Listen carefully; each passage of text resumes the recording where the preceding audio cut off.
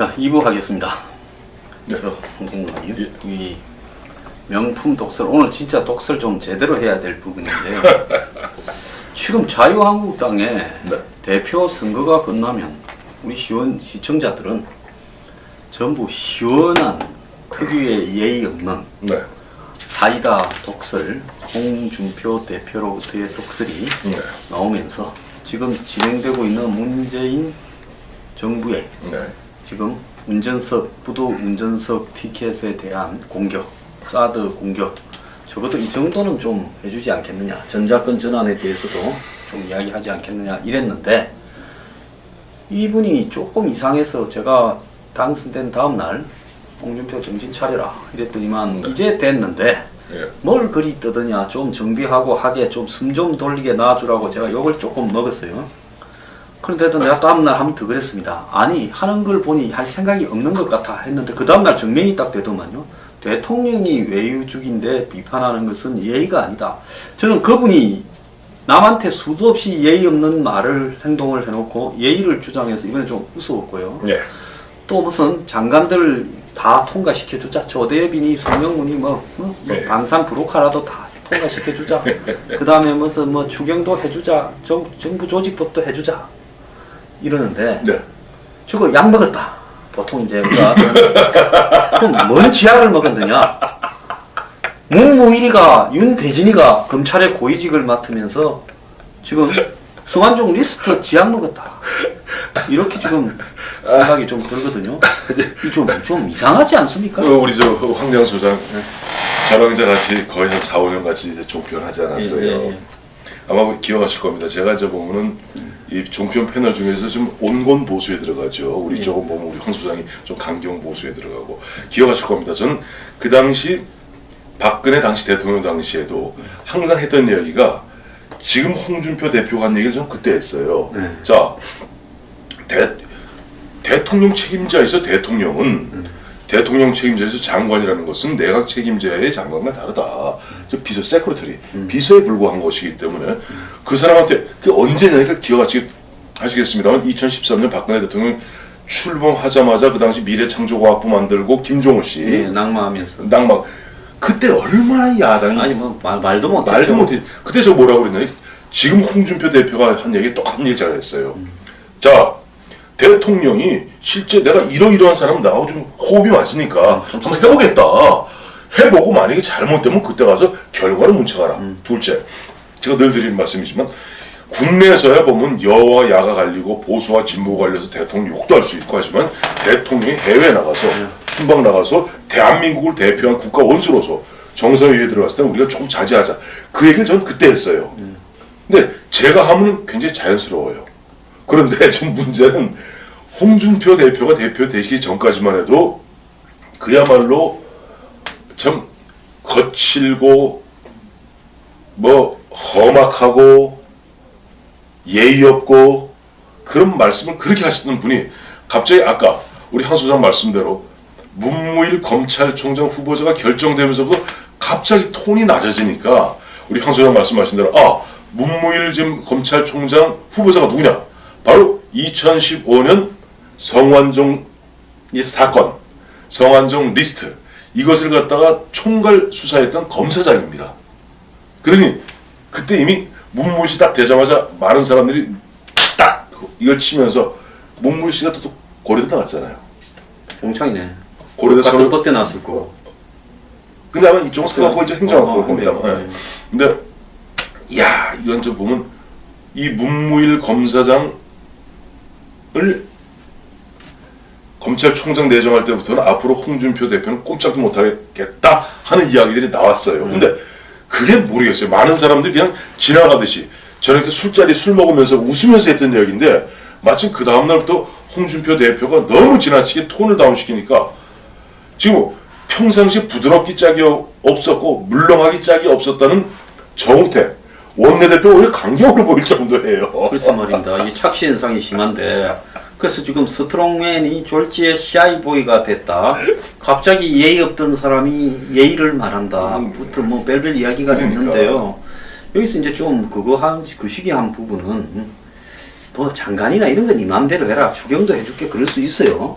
문제는 뭔가 하면 지금 보수 정당의 마지막 남은 기본 가치. 지금 왜냐하면 자유한국당이나 바른정당이 앞으로 자신들이 보수의 새로운 가치를 어떻게 갖고 가겠다라는 걸 말을 안 하고 있으니까 그러면 기존의 보수의 가치들 중에서 잘못되었거나 수구적인 거는 빼고 네. 마지막 남은 가치는 안보를 튼튼히 하는 게 보수의 가치 아니겠습니까? 안보죠. 예, 그런데 보수는 무조건 안보예요. 네, 그런데 지금 문재인 정부가 사드 전작권부터 시작을 해서 그 다음에 북한과의 어떤 평화 체제 더 나아가서 무슨 ICBM 부분에 대해서도 지금 대화를 제안하는 거 이런 부분들이 보수의 기본 가치를 정면으로 이제 위배하고요. 기존의 보수가 이 북한 문제를 가지고 또 미국과 동맹을 해서 중국 등을 일본과 더불어서 이제 견제하는 이런 어떤 보수의 가치를 전면으로 깔아뭉개고 있는데 적어도 이런 부분, 저기 성주에서 지금 외부에서 굴러온 이 군들이 경찰까지 이제 근무하고 있다고 이제 군을 지나쳐서 그러면 이런 부분에 대해서 자유한국당이 말을 하지 않으면서 앞에 거는 다 해주고 예의를 갖추자고 이야기를 하는 걸 보고 이게 옛날식으로 이야기하면 우리가 이런 표현을 쓰지 않습니까? 정치판에서는 침을 맞았다. 저 그거 하시려고 그럴 줄 알았어요. 사쿠라 얘기하실 줄 알았어. 침, 그래도 아, 침. 사쿠라까지는 침을 단단히 맞았네. 이게 이제 그런 거예요. 저 홍준표 대표가 제 보수들 입장에서 그런 게 있습니다. 지금 보면 바른정당, 자유한국당 둘 다 질이 멸렬해 있고 그나마도 질이 멸렬해 있는 가운데 둘로 쪼개져 있잖아요. 그러면 자 보세요. 내년 2018년 6월 13일이면 지방선거입니다. 사실 그리 멀지 않았어요. 이제 한 11개월 남았는데 우닥탁 이제 뭐 7월 조금 있으면 7월 이제 임시국회 끝납니다. 8월 한 달 쉽니다. 이제 9월달 정기국회 들어가죠. 우닥탁 한 100일하고 나면 12월 중하순 되면 그때부터 들어가는데 본격적으로 지방선거.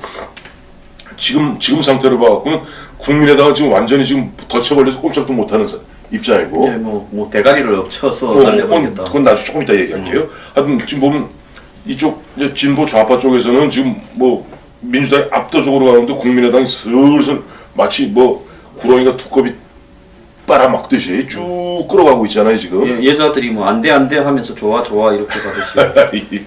그 다음에 근데 여기서는 지금 서로 홍준표 대표는 좀 대표된 다음에 인사를 가면서 정세균 국회의장, 추미애 대표한테는 그래도 당선 인사를 갔어요. 바른정당은 안 갔죠. 그러니까 이 모습을 이렇게 보면 형제지간에는 불구대천으로 싸우고 있으면서 그리고 좋아 불구대천을 싸워. 그 대신 누구 상대방에 대해서는 그래도 좀 날선 공방 그야말로 아까 말씀하셨던 투박하지만은 그러니까 청량음료 사이다는 아닐지 몰라도 막걸리도 시원하게 하면 시원하거든요. 그런 시원함을 갖다가 기대했던 것이 사실은 홍준표 대표에 대한 뭐 74%의 지지였던 것 같아요. 근데 갑자기 이분이 대표 되시고 너무 갑자기 확 급선회를 하니까 좀 당혹스러운 게 사실이에요. 원래 옛날에 보면 난 그런 걸 섞어 먹는 거 별로 안 좋아하는데 막걸리에 사이다 섞어서 많이 드시대요. 시원하죠. 예, 시원한데 근데 막걸리에 김 빠진 사이다 섞으면 텁텁합니다. 텁텁하겠죠. 네, 그런데 이제 여기서 보면 이 김춘추가 생각이 나요. 왜요? 삼국을 통일하기 위해서 당나라를 끌어들여 가지고 내부를 다 쳐버리지 않습니까? 그렇죠. 그죠? 네. 그래서 가만히 보면 지금 야당 내부를 내가 장악하고 또 우리 당내에 친박을 제거하고 바른정당을 흡수 통합시키고 문 닫게 해서 이게 중요하지. 지금 현 시점에서 기세등등한 문재인 정권에 내가 지금 덜미가 잡혀 있는데 싸울 이유가 뭐가 있겠느냐. 참 그 대목에서 안타까운 게 이런 거예요. 만약에 홍준표 대표에 대해서 대법원에서 만약에 무죄 확정 판결이 났어도 이랬을 것인가? 저는 아닐 거라고 봐요. 안 하죠. 내가 볼 때는 뭐 아마 지금 서슬이 퍼럭에 보면 당장 지금 보면 대통령이 지금 이렇게 엄중하고 있는데 지금 대통령이 이제 북한에 대고 지금 보면 10월 4일날 이산 가족 상봉하자고 유화 제스처했을 때인가 이걸 갖다가 분명히 짚어줘야 되거든요.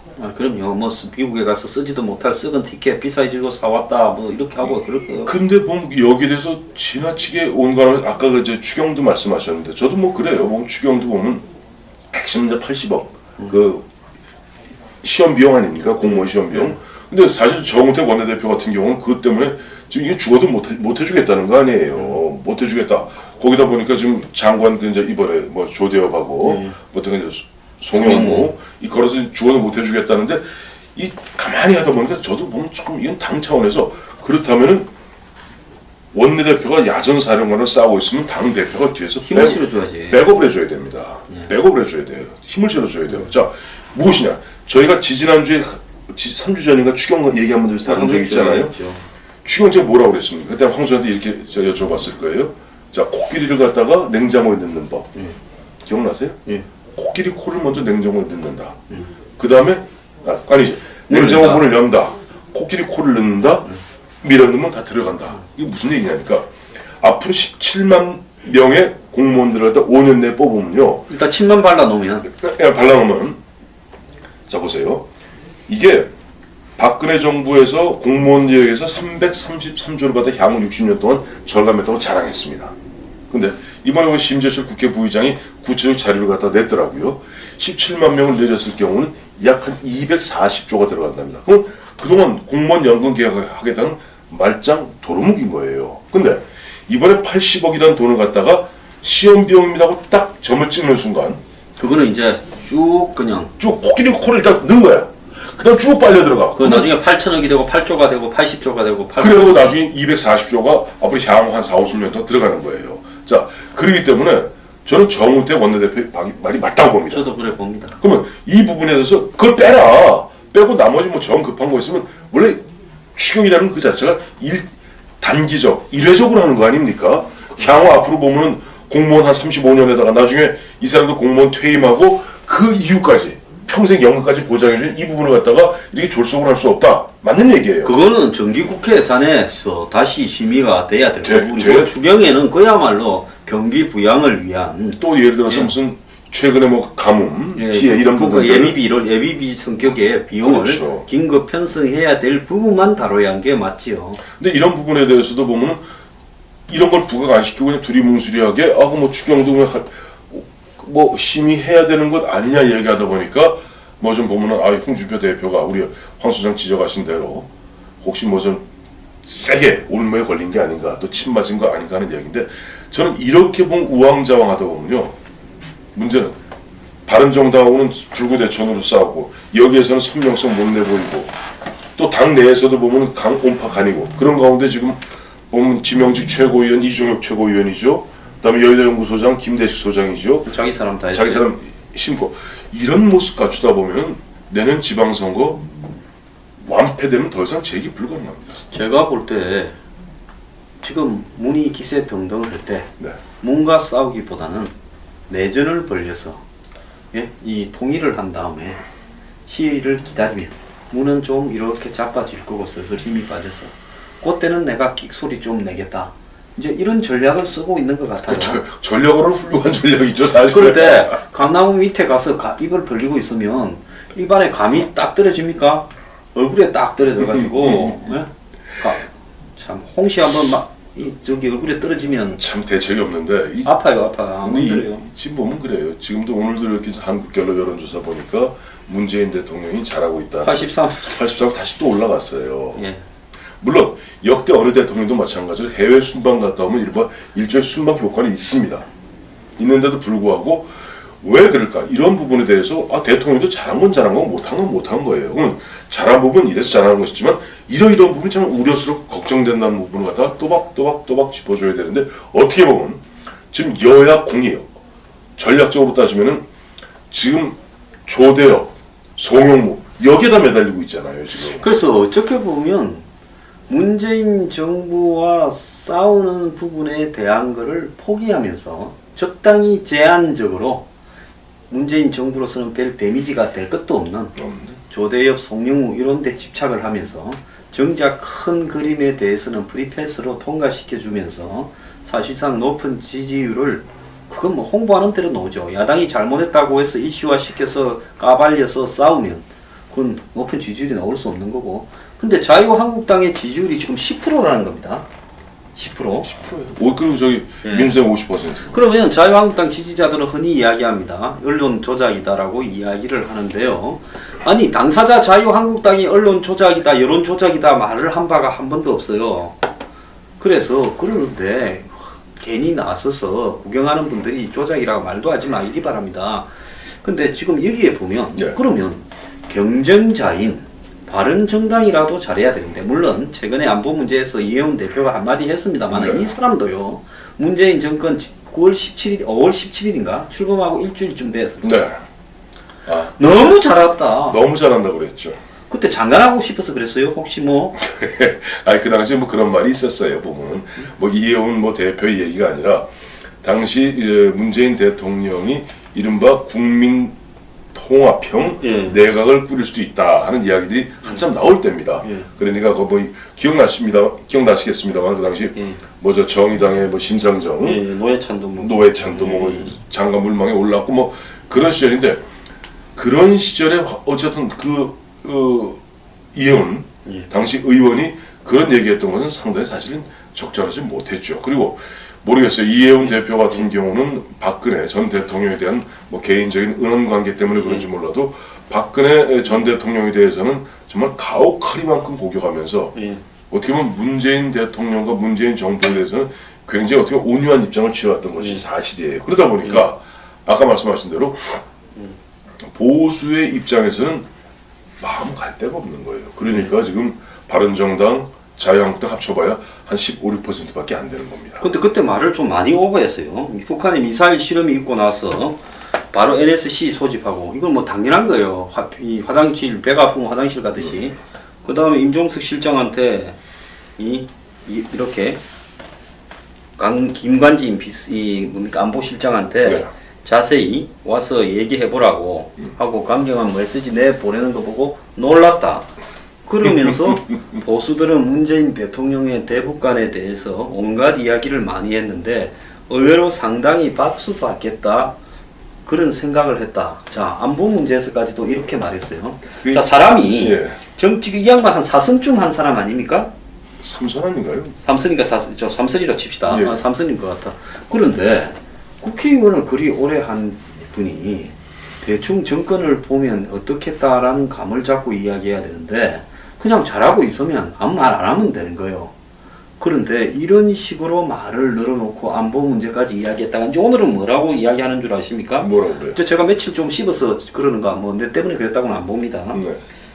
무섭게 잘한다고 했다가 이제는 문재인 대통령의 국정 운영에 대해서 걱정되는 부분이 많다라고 이야기를 했어요. 자, 한 달 만에 무섭게 잘한다다가 이제는 좀 걱정되는 것 같아라고 이야기할 바에야 입 좀 한 달 좀 딱 쳐닫고 있다가 말 신중하게 하는 게 낫지 않느냐. 책임 있는 정치인이라면 그래야 되겠죠. 왜냐하니까 실제 그 당시에 문재인 정부 출범한 지 나흘 만에 5월 14일 아까 말씀드렸던 2200km 올라가고 700km 날아가는 예. 그 이른바 화성 12형 이번이 14형이에요. 그 발사했던 거 아니에요? 예. 그러면 거기에 대해서 당연히 그건 뭐 NSC 이건 뭐 소집하는 건 당연한 건데 지금 그런 것이 아니라 그 이후에 벌써 일관되게 이미 보면 이미 4월 달부터 아까 말씀하셨던 성주에서는 이른바 뭐 그 민간 검문소. 민간 검문소 설치하고 거기에 대해서 문재인 정부에서 나왔던 메시지들이 보면은 뭔가 조금 걱정스럽고 우려스럽다는 건 다른 건 몰라요. 아까 결국 우리나라는 미국이나 영국하고 달리 보수 정당은 남북이 대치하고 있기 때문입니다. 남북이 대치하고 있기 때문에 미국이 뭐 누구랑 대치하고 있습니까? 그러니까 남북이 대치하고 남북이 그냥 대치도 아니고 1950년부터 3년 동안 이른바 그 6.25 전쟁 통해 200만이 넘는 사상자가 생겼던 그 당시 우리나라 남북한 인구 다 합쳐봐야 2천만이 조금 넘을 때예요. 거의 10분의 1이 죽거나 다친 그 수많은 이제 이산 가족이 생기고 거기라면 최소한 보수 정당은 안보에 대해서는 좀 더 엄격하고 좀 더 철저해야 됩니다. 그리고 이분이 또 오늘 또 딴 걸 칭찬했어요. 김상조 공정거래위원장이 뭐 BBQ 치킨 조사하고 그다음에 뭐야 저기 부영그룹 회장 고발했다. 이중근. 예, 기대가 크다. 이러는데 아니 제일 하기 쉬운 게 통닭 두들겨 잡고 피자 두들겨 잡고 우유 두들겨 잡는 거 아니에요? 물론 이것도 손을 봐야 되기는 되는데 지금 우리가 김상조한테 기대했던 것은 무슨 피자, 통닭, 우유 두들겨 잡는 게 아니라 재벌 개혁을 해서 공정한 거래를 만들겠다고 말을 했던 거 아닙니까? 그런데 와 재벌들은 불러가 간담회하고 예? 화기애애하게 또 미국에 갈 때 같은 비행기에 태워가고 이 피자 통닭만 두들겨 잡는 거는 이거는 좀 일을 거꾸로 하는 거 아닌가 하는 생각도 들어요. 저는. 자, 정말 정확한 지적이에요. 우리가 이제 김상조, 뭐 장하성 이와 같이 이른바 참여연대 출신의 그런 학자들을 갖다가 기용했을 때, 아, 저 양반들이 이른바 재벌 저격수다. 엄밀하게 삼성 저격수입니다. 우리나라는 삼성이 차지하는 비율이 전체 경제 규모의 거의 한 4분의 1되거든요. 삼성, 현대 등 최소한 4대 내지 5대 재벌들을 갖다가 좀 보면 불공정 관행을 끊고, 아니 제일 쉬운 게 보면 만만한 게 뭐라고, 가장 만만하죠. 뭐 저 부영그룹 해봐요. 저 보면 부동산 임대업으로 해서 저 큰 기록 아니에요? 빠른 겁니다. 그다음에 무슨 뭐 저 BBQ 치킨이니 뭐니 그 때려잡고, 그다음에 윤석열 검찰에서 때려잡은 것은 피자, 미스터 피자. 이게 뭐냐니까 딱 한마디로 표현하면 바로 표필리즘의 전형입니다. 그러니까 본질을 손대는 것이 아니라 다만 국민들이 봤을 때 그게 제가 늘 얘기하는 그만 그레디에이터 원리 아니에요. 그레디에이터. 그러니까 검투사 뭐냐니까 본질을 손대기보다는 몇몇 이른바 좀 지가 이길 만한 거 마녀 사냥하듯이 몇 놈 잡아다 놓고 줘 패버리고 하면은, 아니 글래디에이터가 호랑이하고 싸워야지 무슨 길고양이하고 싸우거나 시라소니하고 싸우고 자빠졌어요. 그러다 보니까 좀 근데 그런 부분들을 갖고 지금 만약에 이제 이혜훈 대표가 그걸 잘한다, 기대가 크다 그러면 참 걱정스러운 게, 이것도 또 말을 빨리 한 거예요. 또 말을. 그렇죠. 이혜훈 대표 같은 경우는 서울대 경제학관하고 KDI에서 연구원을 오래 했던 그 유승민의 최측근 중에 한 명 아닙니까? 한국의 경제개혁의 보수 쪽에서는 상징으로 있던 사람 아닙니까? 그렇죠. 근데 그렇다면 그 부분에 대해서 본질과 비본질을 구분해서. 그렇죠. 핵심 본질과 곁다리 지역적인 문제를 분리해야 됩니다. 근데 지금 어떻게 보면 이 정부에서는 그런 식으로 지역적 문제를 갖고 어떻게 보면 조금 국민들의 눈을 좀 가리는 측면이 있거든요. 그걸 베껴줘야죠. 지금 부동산 문제만 하더라도 전월세 폭등이나 이런 부분들이 난리인데, 지금 집권하고 상당히 오랜 기간 동안에 6.19 조치가 발표하기 전까지 40일을 부동산의 지금 이 폭등을 방치하면서 은근히 경제 부양의 원인이다, 이게 아주 조건이다 라고 하면서 즐겼거든요. 그러고는 더 나아가가지고 지금 기껏해야 프랜차이즈 두들겨 잡고 있는데, 이런 거는 거의 마지막에 해도 충분한 수준입니다. 물론 하기는 해야 되죠.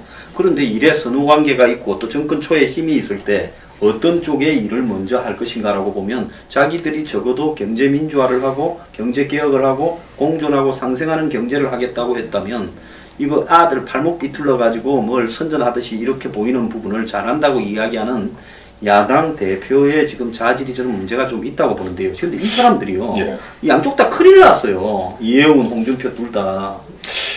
그 말씀 나오는 김에 참 저는 이게 좀 너무 심하다고 생각하는 게, 오늘 저 김진표 국정기획자문위원장이죠. 지금 사실상 이제 조만간 이제 임기를 이제 역할을 끝내겠습니다만, 이 대통령직 인수위원회 역할을 하고 있잖아요 지금. 오늘 보도된 바에 따르면 김진표 위원장이 뭐라고 그랬어요? 국민연금이 보다 보면 벤처기업 등에 더 투자해야 된다. 그러니까 국민연금이 뭐 좀 이제 기금 운영함에 있어서 500조가 넘는 돈을 600조가 가고 560조. 그 중에 이 투자하는 부분 중에 한 84%가 대기업에 투자한다. 그러면서 벤처기업에도 투자해야 되고, 이른바 앞으로 저출산 위해서 임대주택 하는데 이런 데도 돈을 넣어야 된다는 식으로 얘기했어요. 저는 그걸 보면서 야, 이 사람들 큰일 날 사람들이구나. 보세요. 국민연금이 삼성 엘리어트에 잘못 개입됐다가 어떤 일이 벌어졌습니까? 대통령이 탄핵되고 구치소. 대통령이 탄핵되고 그 당시 문영표 장관이 지금 감옥 가 있고, 그 다음에 기금 본부장. 네가 하면 불륜이고 내가 하면 아니 아무리 그래도 그렇지. 그게 뭐 물론 까마득한 옛날 얘기라면 잊어서 그럴 수 있다 그러는데, 보세요. 자, 당시 보건복지부 문영표 장관이 우리나라 22개의 그 컨설팅하는 무슨 컨설팅하는 데서 한 군데만 빼고 나머지는 자 이거 저 헤지펀드인 저 엘리엇한테 당하면 안 된다. 그러니까 이건 좀 저 삼성하고 저 제일모직 이 부분에 대해서 좀 연금 이런 식으로 보고서를 냈었어요. 근데 이 문제가 결국은 보면 동티가 나서 줄줄이 감옥 가 있는 거 아닙니까? 예. 근데 김진표 씨는 여기다 전문가들이 팍 떠는 거예요. 왜? 기금이라는 것은 정부 예산이 아닙니다. 국민들이 자기들이 내 미래를 위해서 일단 유보시켜놓은 유보금이거든요. 절대적으로 그 기금을 운용하기 위한 위원회나 조직에서 한마디로 수익성 극대화의 관점을 그거에 판단해야 포인트가 되죠. 수익성 극대화의 포인트 그 관점에서만 봐야 되는 거예요. 네. 그럼 벤처라는 게 뭡니까? 기본적으로 벤처라는 게 위험한 거죠. 벤처가 바로 벤처라는 게 위험하다는 뜻입니다. 미국의 이 몇 개 회사들이 개인적으로 퇴직연금을 이 뭡니까 이 서브프라임, 네, 서브프라임, 모기지 프라임. 이 주택 모기지, 주택 모기. 관련 상품을 갖다가 이렇게 사는 바람에 퇴직금 다 날려먹는. 다 날리죠. 예, 그래서 이런 어떤 펜션의 운용은 펜션이라면 연금입니다. 연금의 운용은 그야말로 위험 최소화.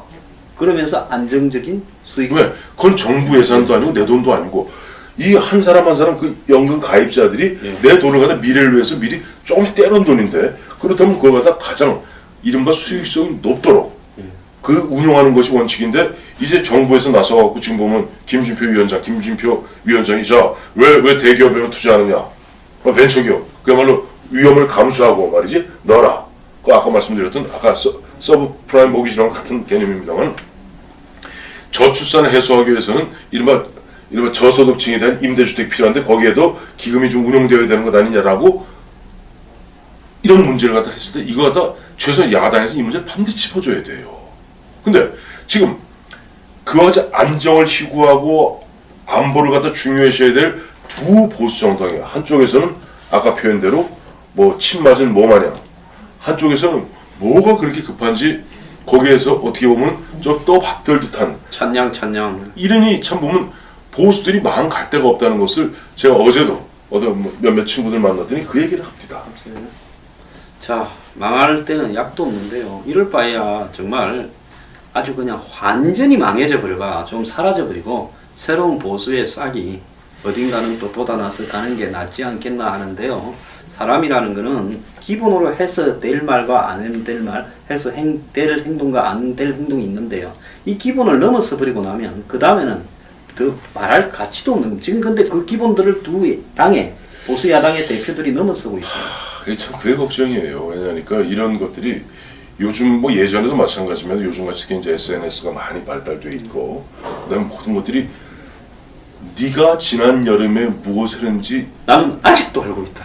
아직도 알고 있다 정도가 아니라 이제는 예전엔 그걸 찾으려고 한참 걸렸어요. 요즘은 당장 찾는. 당장 찾기 때문에 네가 뭐 지난 여름 정도가 아니라 네가 어저께 한 일을 국민들은 아는 거예요.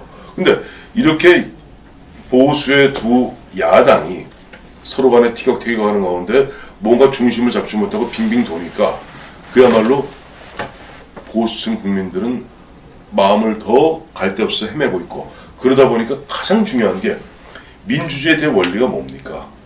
견제와 균형. 그렇죠. 견제입니다. 대통령과 이 어떤 집권 세력의 어떻게 보면 강한 드라이브, 초기에 누구나 강한 드라이브 걸고 싶겠죠. 거기에 대해서 때로는 브레이크도 걸어주고 견제도 해줘야 될 그런 힘들이 없으니까 막 나가는 거예요. 언론들이 지금 문비어천가를 부르다 못해서 뭐 이 곡해해서 그냥 언론들이 파헤치는 게 아니라 빨아도 너무 빨아버리고 있는데 우리 황 평론가께서 얼마나 더 조야해서 헤매야 되는가 하는 부분에 제가 분노를 금할 수 없습니다. 저도 곧 조야해서 같이 있을 겁니다. 예. 아이고. 마지막으로 그래도 독설이라도. 아이고 독설. 야들은 독설을 좀 해야 됩니다. 아이고. 정신 못 차리는 인간들이라서. 여태까지 한 말이 바로 그 독설이 그 자체죠. 그래서 보면은 모르겠어요. 지금 안보 문제라든가 경제 문제라든가 다 시급한데 이렇게 보면 지금 당장 외부에서 들려오는 그 북소리는 정말 전쟁의 북소리예요. 지금 보면 이 간단한 부분이 아닌데 여기에 대해서 어떻게 보면 망연자실 해서 그냥 아니면 또 한쪽에서는 희희낙락 이런 가운데 참 우리 2017년 또 2018년 어떻게 올지 걱정스러울 따름입니다. 저는 홍준표, 이혜훈 두 대표가 이 방송을 듣는 즉시 보따리를 싸고 성주로 내려가서 운동꾼들이 차지하고 있는 검문소를 자경단으로서 제거하는데 한번 노력을 해. 이런 말을 하는 것도 좀 한여름밤의 꿈 같습니다. 한여름밤 같은 게 아까도 말씀하셨지만은 지금 될 아들 보고 해야지. 오늘 조선일보 이면에 아주 그나마 조선일보가 어디 이면에 크게 오늘 보도를 했더라고요. 딱 한차만 검문을 안 한답니다. 그 우리 저 보면 페트롤카라는 차 있죠? 네, 네. 그 이게 보면 저 삐오, 순찰차 삐오. 삐오 하고 그것만 빼고는 심지어는 12인승 경찰차도 딱 검문하고 경찰을 갖다가 이른바 외부에서 온 그 무슨 단이라는 사람들이 검문하고 있는. 그리고 여전히 지금도 보면은 약 한 2,000리터의 기름을 갖다 매번 헬기로 지금 그러다 엊그제 한 개 떨어뜨리고 난리가 났다는 거 아니에요. 아유. 망할 때는 약도 없습니다. 자, 이 두 사람 그냥 망하는 집구석의 마지막 자장이나 되길 바랍니다. 자, 감사합니다. 예.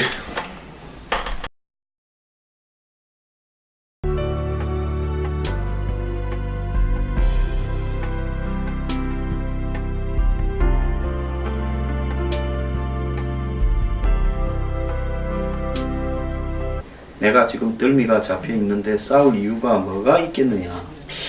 참 그 대목이 참 안타까운 게 이런 거예요. 만약에 홍준표 대표에 대해서 대법원에서 만약에 무죄 확정 판결이 났어도 이랬을 것인가? 저는 아닐 거라고 봐요. 안 하죠. 내가 볼 때는 뭐 아마 지금 서슬이 퍼럭에 보면 당장 지금 보면 나 대통령이 지금 이렇게 엄중하고 있는데 지금 대통령이 이제 북한에 대고 지금 보면 10월 4일날 2.3 가족 상봉하자고 유화 제스처를 때인가 이걸 갖다가 분명히 짚어줘야 되거든요. 그럼요. 뭐 미국에 가서 쓰지도 못할 썩은 티켓 비싸지고 사왔다 뭐 이렇게 하고 그럴 거예요. 근데 뭐 여기에 대해서 지나치게 온갖 아까 그 이제 추경도 말씀하셨는데 저도 뭐 그래요. 뭐 추경도 보면 핵심 이제 80억 그 시험 비용 아닙니까? 공무원 시험 비용. 근데 사실 정우택 원내대표 같은 경우는 그것 때문에 지금 이게 죽어도 못 해주겠다는 거 아니에요. 못 해주겠다. 거기다 보니까 지금 장관 그 이제 이번에 뭐 조대엽하고 뭐 어떤 이제 송영무 이 걸어서 죽어도 못 해주겠다는데 이 가만히 하다 보니까 저도 보면 조금 이건 당 차원에서 그렇다면은 원내대표가 야전사령관을 싸우고 있으면 당 대표가 뒤에서 힘을 실어줘야지. 백업을 해줘야 됩니다. 백업을 해줘야 돼요. 힘을 실어줘야 돼요. 자 무엇이냐? 저희가 지난주에 3주 전인가 추경 얘기 한번 드려서 다룬 적 있잖아요. 추경 제가 뭐라고 그랬습니까? 그때 황소한테 이렇게 제가 여쭤봤을 거예요. 자 코끼리를 갖다가 냉장고에 넣는 법 기억나세요? 예. 코끼리 코를 먼저 냉장고에 넣는다. 그 다음에 아니지 냉장고 문을 연다. 코끼리 코를 넣는다. 밀어 넣으면 다 들어간다. 이게 무슨 얘기냐니까 앞으로 17만 명의 공무원들을 갖다 5년 내에 뽑으면요. 일단 침만 발라놓으면 발라놓으면 자 보세요. 이게 박근혜 정부에서 공무원 예역에서 333조를 받아 향후 60년 동안 절감했다고 자랑했습니다. 근데 이번에 심재철 국회 부의장이 구체적 자료를 갖다 냈더라고요.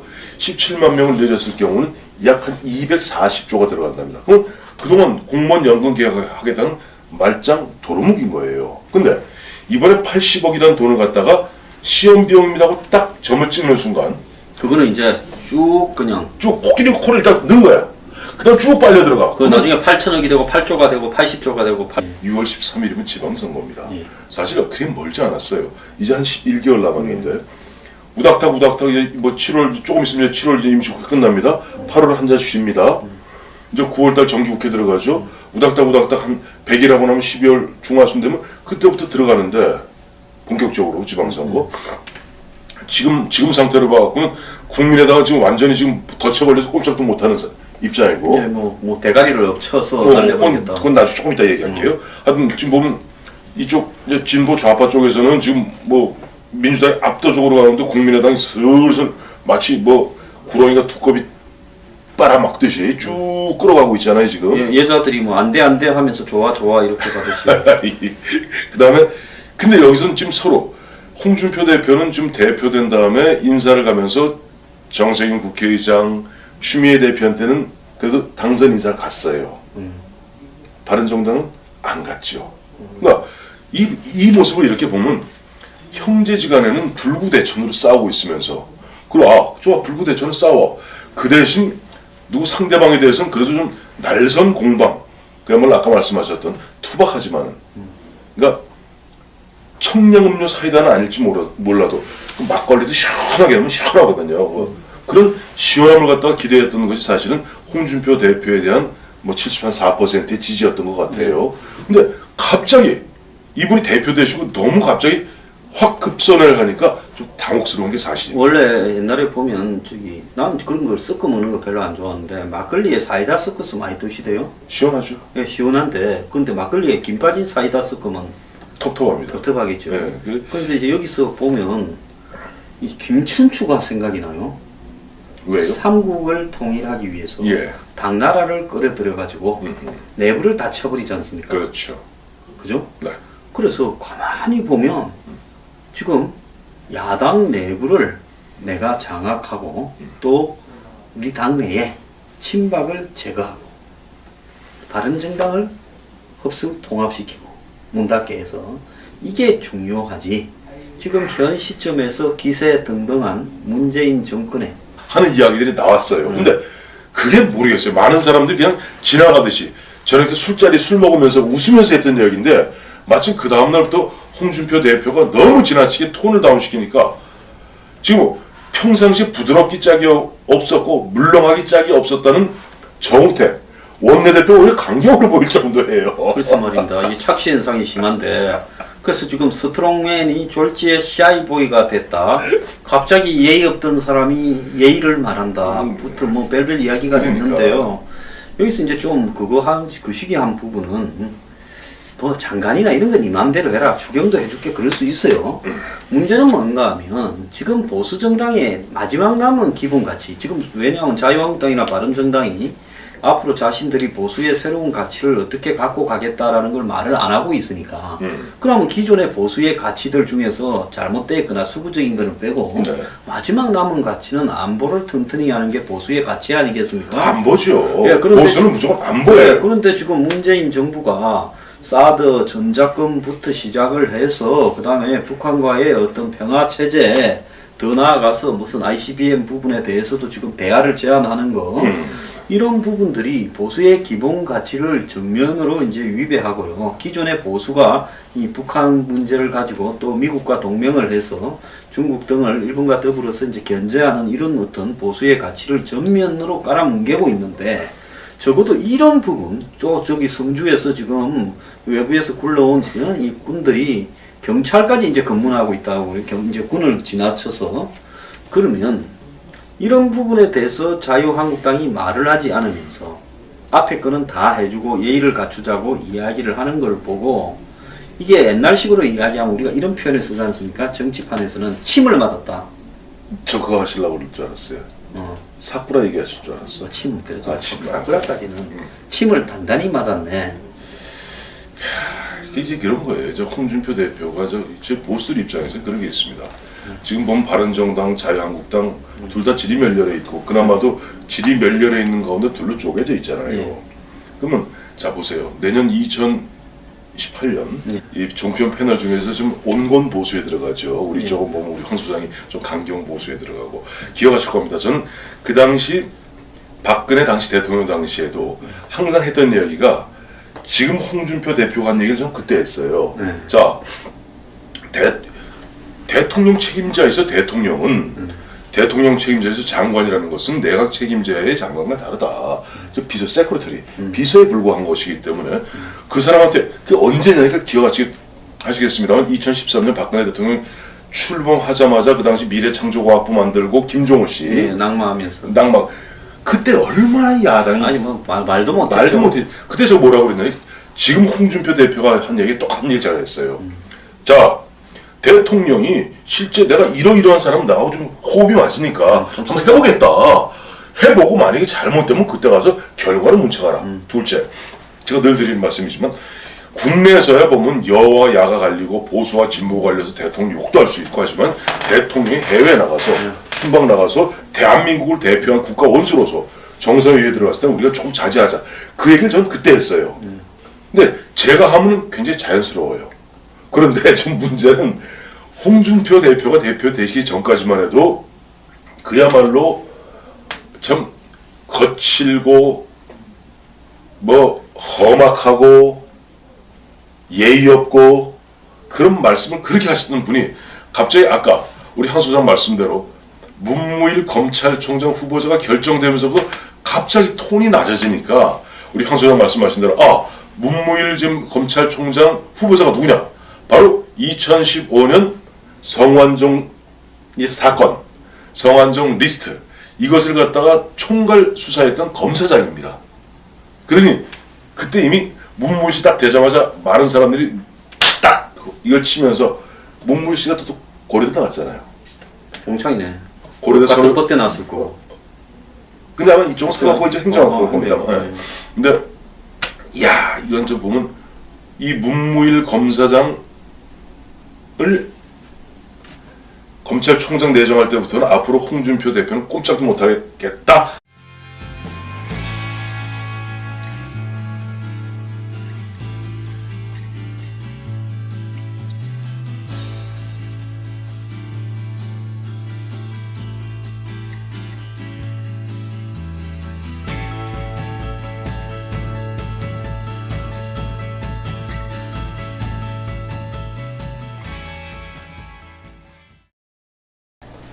자, 2부 하겠습니다.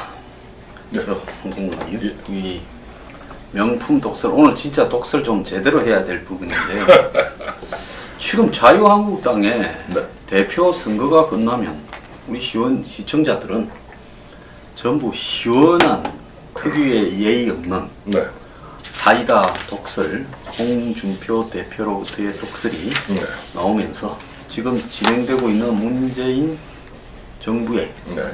지금 부도 운전석 티켓에 대한 공격, 사드 공격, 적어도 이 정도는 좀 해주지 않겠느냐, 전자권 전환에 대해서도 좀 이야기하지 않겠느냐 이랬는데, 이분이 조금 이상해서 제가 당선된 다음날 홍준표 정신 차려라 이랬더니만 이제 됐는데 예. 뭘 그리 떠드냐, 좀 정비하고 하게 좀 숨 좀 돌리게 놔주라고 제가 욕을 조금 먹었어요. 그런데도 내가 다음날 한번 더 그랬습니다. 아니, 하는 걸 보니 할 생각이 없는 것 같아 했는데 그 다음날 정명이 딱 되더만요. 대통령이 외유죽인데 비판하는 것은 예의가 아니다. 저는 그분이 남한테 수도 없이 예의 없는 말을, 행동을 해놓고 예의를 주장해서 이번에 좀 무서웠고요. 예. 또 무슨 장관들 다 통과시켜주자. 조대빈이 송영문이 네. 방산 브로카라도 다 통과시켜주자. 그 다음에 무슨 추경도 해주자. 정부 조직법도 해주자. 이러는데 네. 저거 약 먹었다. 보통 이제 우리가 그럼 뭔 지약을 먹었느냐? 문무일이가, 윤대진이가 검찰의 고위직을 맡으면서 지금 성완종 리스트 지약 먹었다. 이렇게 지금 생각이 좀 들거든요. 좀 이상하지 않습니까? 우리 저 황량 소장 저랑자 같이 거의 한 4, 5년 같이 이제 종편하지 않았어요. 예. 아마 기억하실 겁니다. 제가 이제 보면은